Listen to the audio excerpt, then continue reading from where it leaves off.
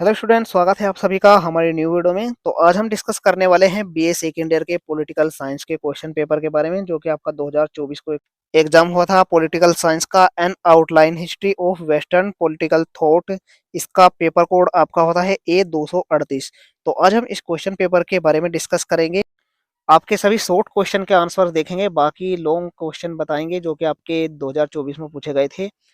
तो वीडियो को अंत तक जरूर देखते रहिए, और वीडियो में आगे बढ़ने से पहले यदि आप हमारे चैनल पर नए हो तो चैनल को सब्सक्राइब जरूर करें, जिससे आपको हमारे आने वाली न्यू वीडियो नोटिफिकेशन समय पर मिल सके। तो आइए बिना टाइम वेस्ट के वीडियो को स्टार्ट करते हैं। तो सबसे पहले सेक्शन ए में आपके लघुत्तरीय प्रश्न पूछे जाते हैं। आपको 10 प्रश्न दिए जाते हैं, जिनमें से आपको सभी प्रश्न करने अनिवार्य होते हैं। प्रत्येक प्रश्न आपका 2 अंक का होता है, और यहाँ पर आपको 20 अंक मिल जाएंगे यदि आप सभी प्रश्न सही कर लेते हैं। तो सबसे पहले हम फर्स्ट क्वेश्चन देखेंगे।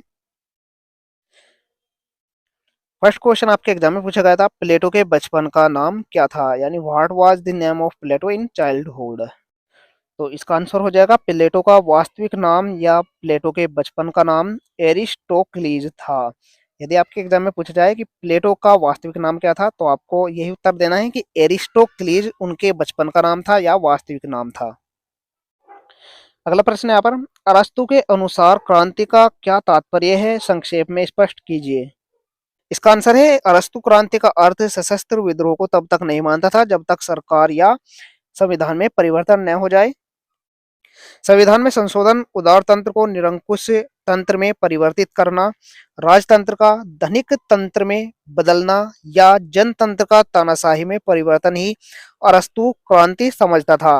अरस्तु के अनुसार क्रांति के कारण थे अन्याय की भावना, असमानता की भावना, राज्य शासक का निरंकुश बनना, निम्न वर्गों को होने वाले कष्ट तथा प्राकृतिक बाधाएं आदि।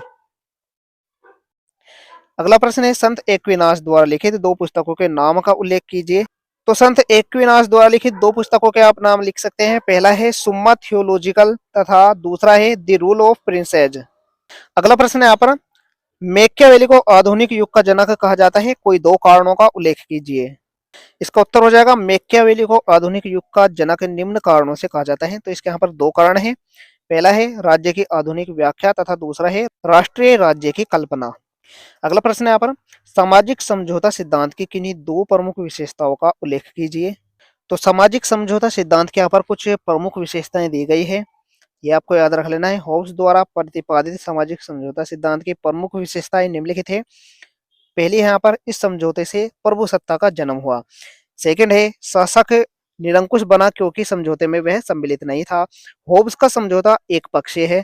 लोक ने समझौते के आधार पर निरंकुश राजतंत्र का समर्थन किया है। थर्ड है यहाँ पर, प्रभु सत्ता के आदेश कानून है, व्यक्ति राजा के आदेशों का विरोध नहीं कर सकता था। फोर्थ है, प्रभु सत्ता स्थायी है। और पांचवा है यहाँ पर, कानून का एकमात्र स्रोत प्रभु सत्ता ही है। इसके बाद यहाँ पर अगला प्रश्न है, रूसों की सामान्य इच्छा को परिभाषित कीजिए। इसका आंसर यहाँ पर, सामान्य इच्छा की परिभाषा, रूसो के अनुसार मेरी सामान्य इच्छा के अनुबंध में सभी मनुष्य अपना सब कुछ राज्यों को सौंप देते हैं। राज्य का हित सभी नागरिकों का सर्वश्रेष्ठ हित है।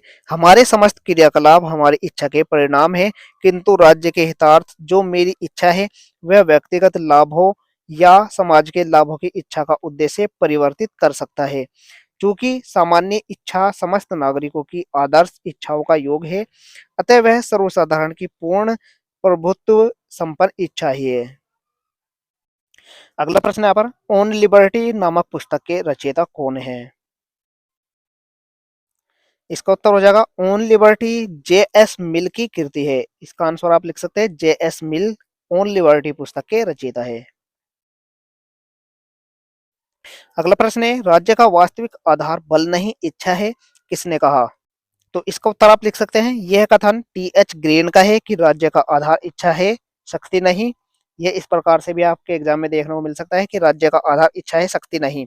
यह किसका कथन है, तो यह T.H. ग्रीन का ही कथन है। नेक्स्ट यहाँ पर, वैज्ञानिक समाजवाद के जनक कौन थे। तो इसका उत्तर हो जाएगा, वैज्ञानिक समाजवाद के जनक या प्रवर्तक का नाम कार्ल मार्क्स है। अगला प्रश्न यहाँ पर, राज्य एक जीवधारी है, किसने कहा। तो राज्य एक जीवधारी है, यह कहा था हर्बर्ट स्पेंसर ने। इसके बाद यहाँ पर खंड बे से दे और ई आ जाते हैं। प्रत्येक खंड में आपको दो दो प्रश्न देखने को मिलेंगे, जिनमें से आपको एक का ही उत्तर देना है। इनका उत्तर आपको विस्तृत में देना होता है और प्रत्येक प्रश्न के लिए आपको 7.5 अंक दिए जाते हैं। तो यहाँ पर खंड बे है, जिसमें आपका क्वेश्चन नंबर 2 है, प्लूटो के दार्शनिक राजा के सिद्धांत की आलोचनात्मक विवेचना कीजिए। बहुत इंपॉर्टेंट क्वेश्चन है, यह अथवा में दिया गया है। क्वेश्चन नंबर 3 है, अरस्तु के दास्ता संबंधी विचारों की विवेचना कीजिए। इसके बाद सेक्शन डी आ जाता है, जिसमें क्वेश्चन नंबर 4 है, मैकियावेली के धर्म तथा नैतिकता संबंधी विचारों का वर्णन कीजिए। अथवा में दिया गया है, बोंदा के राजनीतिक विचारों की विवेचना कीजिए। इसके बाद क्वेश्चन नंबर 6 है, यहाँ पर सेक्शन डी है, जिसमें क्वेश्चन नंबर 6 है, रूसो द्वारा प्रतिपादित सामान्य इच्छा के सिद्धांत की आलोचनात्मक विवेचना कीजिए। यह अथवा में पूछा गया है। क्वेश्चन नंबर 7 है, मिल के स्वतंत्रता संबंधी विचारों की आलोचनात्मक व्याख्या कीजिए। इसके बाद सेक्शन ई आ जाता है, जिसमें क्वेश्चन नंबर 8 है, मार्क्स के इतिहास की भौतिकवादी व्याख्या सिद्धांत की आलोचनात्मक विवेचना कीजिए। अथवा में पूछा गया है, ग्रीन के राजनीतिक विचारों की आलोचनात्मक समीक्षा कीजिए। तो इन सभी विस्तृत उत्तरीय प्रश्नों के आंसर आपको खुद से ही लगाने हैं। आप मॉडल से तैयारी कर सकते हैं या गूगल पर भी सर्च कर सकते हैं। तो यह था आपका 2024 का क्वेश्चन पेपर। आप देख सकते हैं किस प्रकार से आपके एग्जाम में क्वेश्चन पूछे गए हैं। हो सकता है इस वर्ष आपके एग्जाम में रिपीट होकर क्वेश्चन पूछ ले जाए, क्योंकि प्रीवियस ईयर से भी आपके एग्जाम में रिपीट होकर क्वेश्चन जरूर पूछे जाते हैं। तो सभी क्वेश्चन का आपको भलीभांति रिवीजन जरूर करके जाना है। आशा करता हूँ आपके लिए वीडियो बहुत ही हेल्पफुल रहने वाली है। वीडियो पसंद आई तो लाइक जरूर करें, चैनल पर नए हो तो सब्सक्राइब जरूर करें, जिससे आपको हमारी आने वाली न्यू वीडियो नोटिफिकेशन समय पर मिल सके। मिलते हैं ऐसी न्यू वीडियो के साथ, तब तक के लिए बाय बाय, टेक केयर।